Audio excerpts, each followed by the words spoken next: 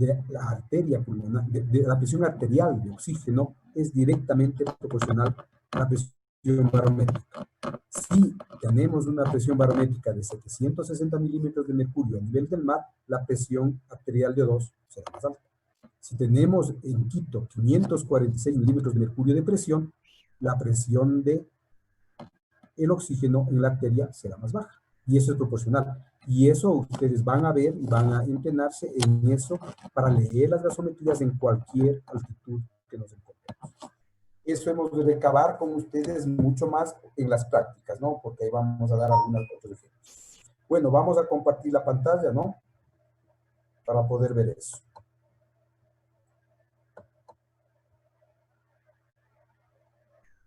Sí estamos viendo, ¿no? ¿Sí? Alguien que diga. Sí, sí.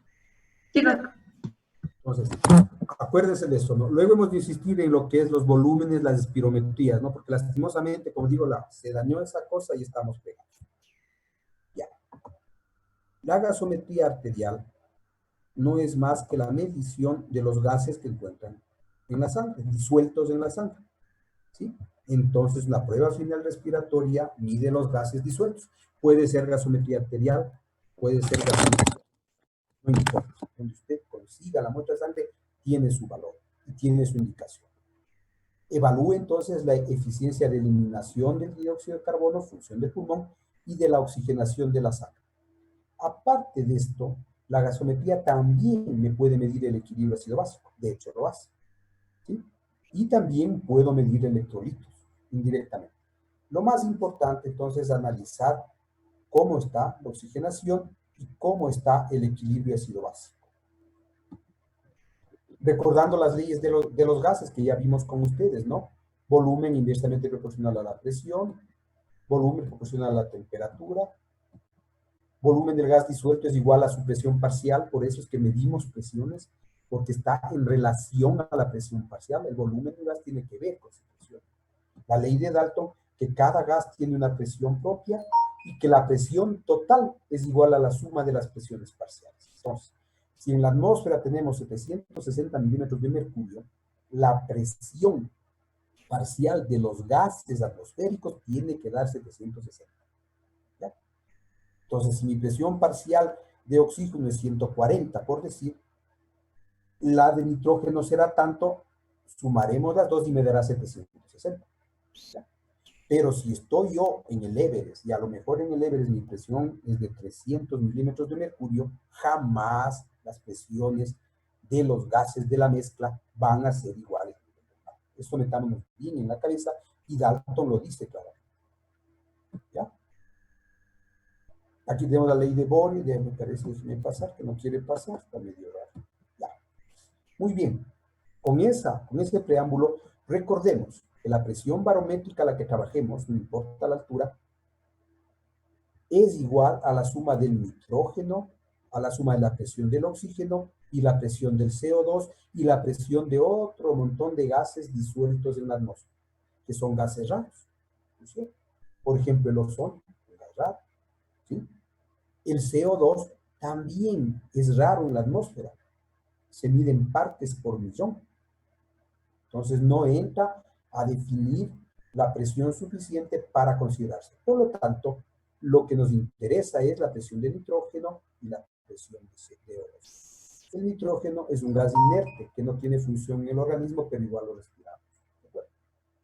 La presión del gas, esta presión del O2 en la mezcla gaseosa es igual a la presión barométrica por la concentración del gas. ¿De acuerdo? Entonces, lo que nosotros tenemos en la atmósfera es una concentración uniforme de gas. El 21% de nuestra atmósfera está formado por oxígeno. 21%. Entonces, ¿cuánto habrá de oxígeno? El 21% de 760, en el caso del mar, el 21% de 546 o 550, en caso de nuestra. Y ahí sacamos absolutamente cuál es nuestra presión. ¿Ya? Entonces, por ejemplo, la presión de O2 es igual a la presión barométrica por el 21%. Si queremos medir la presión del nitrógeno, multiplicamos la presión barométrica a la que estemos trabajando por el 79%. La del CO2 es muy baja porque es 0.003. Entonces no lo utilizamos, no medimos de CO2 a nivel atmosférico. Pero estas dos, sí, las concentraciones son muy claras. ¿De acuerdo? Aquí tenemos una ecuación que también nos va a ayudar mucho, la ecuación del gas alveolar. ¿Ya? ¿Qué dice? Que la presión alveolar, A mayúscula es alveolar, A minúscula es arterial. La presión alveolar de O2, la que ingresa a nuestros alvéolos y queremos medirlos, será igual a ¿qué? A la presión barométrica a la que nos encontremos, menos la presión de vapor de agua. ¿A qué corresponde la presión de vapor de agua? A la cantidad de agua que nosotros introducimos en el aire al respirar cuando le humidificamos al aire. Para eso sirven nuestras fosas nasales, sirve nuestro sistema de ventilación de las vías aéreas respiratorias, humidifican el aire para que no entre seco. Pero al humidificarle le agregamos agua y el agua que satura esta mezcla es la que debemos restarle, porque es obvio, ¿no? Introdujimos un nuevo gas que sería agua, en forma de vapor, le humidifica esta mezcla, ¿de acuerdo? Por eso es que nosotros evidentemente no podemos considerar solo esto, sino restarles. Esto es fijo a cualquier altura, es 47 milímetros de mercurio. A cualquier altura, la presión de saturación de agua es 47 milímetros. Todo esto le multiplicamos por la fracción inspirada de oxígeno, que es del 21%, ya vimos, ¿no? En aire ambiente es 21% la concentración de oxígeno. Pero si yo le diera oxígeno suplementario, tendría que incrementar esta fracción inspirada para calcular. ¿De acuerdo? Ahora, a esto, en el alvéolo tengo que restarle la cantidad de CO2 que ingresó, porque ya pasa a formar parte de la mezcla. Acuérdense que a nivel del ambiente el CO2 no cuenta, porque es muy poquito. Pero en mi alvéolo sí cuenta, porque estoy sacando el CO2 de mi sangre, a través de los pulmones. ¿Y a dónde va? Al alvéolo. Y el alvéolo va a tener CO2, claro, en gran cantidad. Entonces, para calcular la presión alveolar de oxígeno, tengo que restar la cantidad de agua que yo le humidifiqué y tengo que restar la cantidad de CO2 que esté en el alvéolo. ¿Sí? Esto quiero que quede claro. Ustedes van a repasar esto porque no es muy complicado, pero nos da a entender lo que sucede. Por ejemplo, a nivel del mar es 760 milímetros de mercurio la presión barométrica, menos 47 la presión del agua, por 21% que es la concentración. Hasta aquí estaría yo a nivel de la tráquea, ¿verdad? Porque respiré y en la tráquea le puse esto. Pero una vez que llego al alvéolo, tengo que restarle el 1,25, que es el inverso del cociente respiratorio, por la presión de CO2 que a nivel del mar es 40. ¿Sí? Con este dato yo tengo que la presión alveolar, no arterial, acuérdense, es igual. Esto menos esto es 713 por 0,21 menos 1,25 por 40. Matemática simple, ¿no? PaO2 en realidad es 149 menos 50, lo que nos indica que aproximadamente en un rango de 99, 100, un poco más, es la presión alveolar de oxígeno a nivel del mar. Quiere decir que si yo meto un catéter en el alvéolo de la persona y mido su presión parcial de O2, tendré este valor calculado así. ¿De acuerdo? Hasta ahí estamos claros, ¿no? Aquí tenemos algo que vamos a trabajar con ustedes, cada uno. Diferentes alturas, diferentes alturas. Y nosotros a cada altura debemos calcular cuál es la presión atmosférica. ¿Sí? Entonces, esos son los deberes. Yo ya les voy a mandar a cada grupo cómo calcular la PaO2 a diferentes alturas. ¿Sí? Cada uno para que haga, para que coja un lápiz y papel y haga para entender, porque eso no es pura teoría. Por ejemplo, nosotros nos ubicamos entre 2.500 y 3.000 metros la altura de Quito. Barométrica se encuentra entre 560 y 526, un promedio de 550 a 546. Con esto trabajamos. Fíjese que mientras la presión a nivel atmosférico era de 759 en la atmósfera de O2, en el aire traqueal 149 y era 99-100 a nivel del alvéolo, fíjense cómo a nuestras alturas cambia. Apenas tenemos una presión de 110, 115 en el ambiente y está entre 104 más o menos en el aire traqueal. Que quitemos del CO2 nos va a dar una presión alveolar mucho más baja. Esto lo vamos a definir después, pero acuérdense lo importante que es la altura en gasómetro. Esta ecuación del gas alveolar la vamos a hacer ahora para Quito. Fíjese que la presión alveolar es igual a 546 menos 47 por 0,21 menos 1,25 por 30, porque 30 es la PaO2 a nuestra altura. Si ustedes hacen una regla de 3 y ponen 40 es en 760 milímetros de mercurio, ¿cuánto es en 546? Y ustedes van a ver que les sale 28 más menos 3, 29 por ahí. Equivale al 30. ¿De acuerdo? Entonces, 499 por 0,21 menos 1,25 por 30. La presión alveolar en Quito, la traqueal era 104 menos 37,5 del alvéolo, nos da que la presión alveolar de O2 en Quito es 67. Más de 30 milímetros de diferencia en relación al ambiente, en relación al nivel del mar. ¿De acuerdo? Esto es en Quito. Si nosotros sabemos que la cantidad de aire que entra en el alvéolo con su oxígeno tiene que pasar a la sangre y que hay una diferencia entre el alvéolo y la sangre arterial, eso se llama gradiente alvéolo arterial de oxígeno. ¿Sí? Es la diferencia entre la presión alveolar y la presión arterial de CO2. Te da por el zoom fisiológico, ¿no? Hay alvéolos que no son perfundidos adecuadamente, hay un zoom fisiológico que baja el gradiente. Normalmente es de 10. ¿Sí?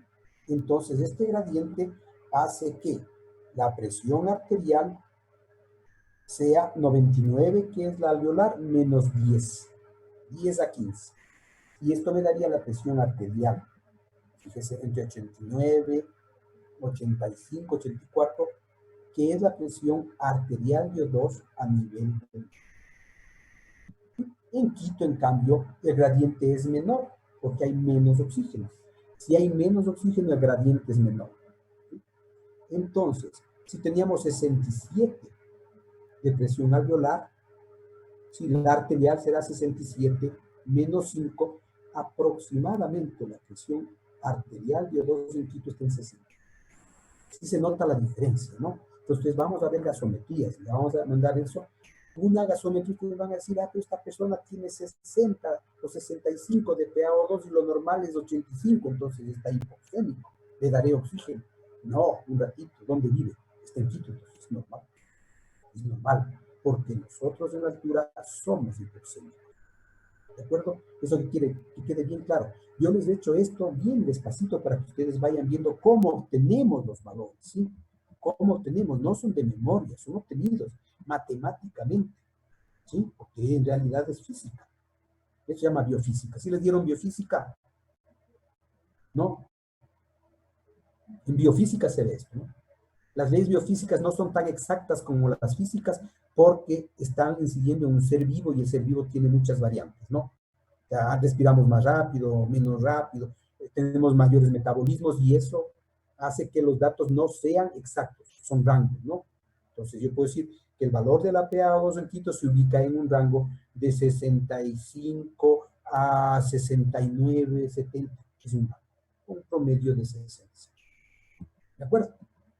Entonces, esto es muy importante que lo consideremos, ¿no? ¿Ya? Igualmente, para el CO2 funciona lo mismo, ya les dije. La presión barométrica está relacionada con la cantidad de CO2. A nivel del mar, con 760, tenemos 40 milímetros de mercurio en la arteria. de CO2. E igual en el alveo. Si es 546, el PCO2 en nuestro gas arterial y en el alveolo es de 29, más o menos.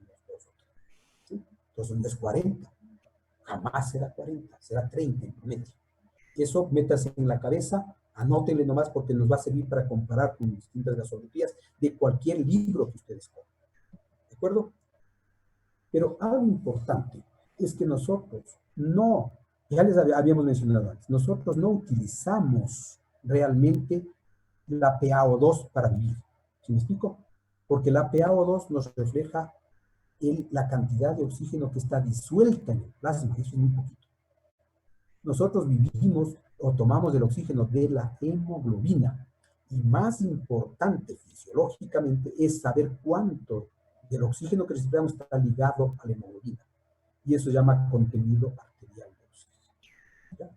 Entonces, la fórmula, ustedes la pueden encontrar, la saturación por 1,34 multiplicado por hemoglobina y sumado lo que está disuelto, que es poquito, dije, 0,003 de la PaO2, apenas un poquito de lo que está disuelto en la sangre participa del contenido. Es obvio que con saturando O2 por 1,34, saturamos 90% por 1,34 más multiplicamos por la hemoglobina 16 gramos, no sale el contenido. Para entender esto, vuelvo a repetir y yo les voy a mandar tareas a cada uno, ¿no? Entonces ahí vamos a sacar y ahí vamos a comprender lo que estoy diciendo. Ahorita, como es fisiología, vamos a empezar un poquito más. ¿De acuerdo? Esto, por ejemplo, es a nivel del mar. 0,96 de saturación por 1,34 por 14 de hemoglobina en promedio más, ¿no? 0,003 por la saturación, por la PaO2, perdón, de 90, y nos del contenido 18. Fíjese, la cantidad de oxígeno ligada a la hemoglobina es 18 volúmenes por ciento. En cambio que apenas 0,2703 es lo que está disuelto en el plasma y que corresponde a la PaO2. Insignificante para poder respirar. ¿De acuerdo? Ahí está el contenido, 18,027 en promedio. Es la cantidad que nosotros llevamos de cada 100 mililitros de sangre, el 18 volúmenes o 18% lleva de oxígeno. Y utilizamos una cantidad que es el consumo de O2. ¿De acuerdo? Aquí tenemos nosotros en Quito, con una saturación de 0,93 por 1,34, podemos nosotros tener 17 ligado y con 65 de PaO2 tenemos 0,19 en vez de 23. Esto no importa mucho, lo que me interesa es lo ligado. El contenido en Quito será más bajo. Pero ¿cómo compensamos? Subiendo la hemoglobina. Entonces en Quito tenemos ya no una hemoglobina en promedio de 14, sino un poco más alta, 16, y con esto compensamos la disminución de oxígeno. Por eso es que tenemos nosotros mayor cantidad de glóbulos. ¿De acuerdo? En términos. Si está claro esto, luego vamos a definir nosotros con esto cuál es una hipoxemia, leve, moderada o severa, dependiendo, ¿no es cierto?, de los valores que tenemos de pH. Muy bien, hasta ahí está. La otra cosa que hacemos con la gasometría es medir el pH. ¿Sí? ¿Se acuerdan que es el pH de potencial hidrógeno? La cantidad de hidrogeniones que están disueltas en la masa. Mientras más hidrogeniones hay, más bajo es el pH. Menos hidrogeniones existen, más alto es el pH. Acidosis en el primer caso, alcalosis en el otro. Acuérdense de eso. Pero el pH es igual al logaritmo inverso de la concentración de hidrógeno. Una fórmula matemática, por ahí la tenemos, es para recordar, ¿no?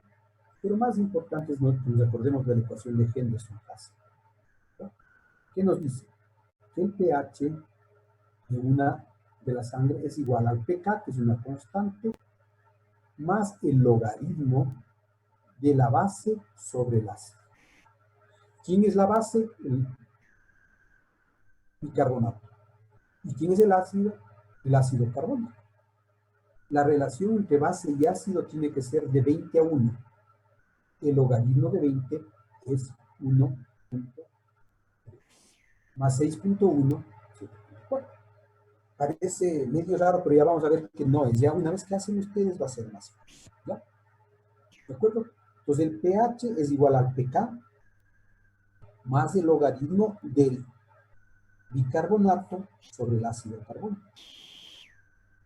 Esto tenemos en la gasometría. Entonces, es igual a 6.1 más el logaritmo de bicarbonato sobre ácido carbónico. ¿Cómo obtengo el ácido carbónico? Multiplico el PCO2 de mi gasometría por 0.5. Ya tengo el ácido carbónico.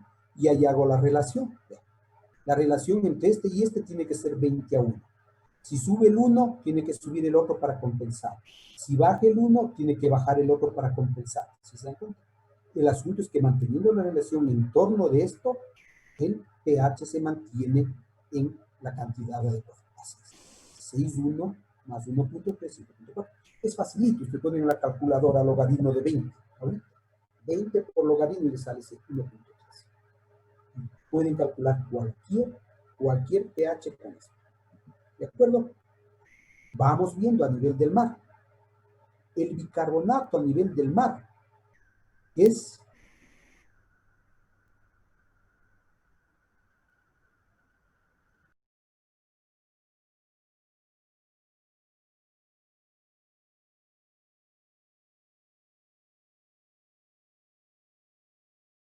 el bicarbonato tiene que estar en 24 para que la relación sea 20:1.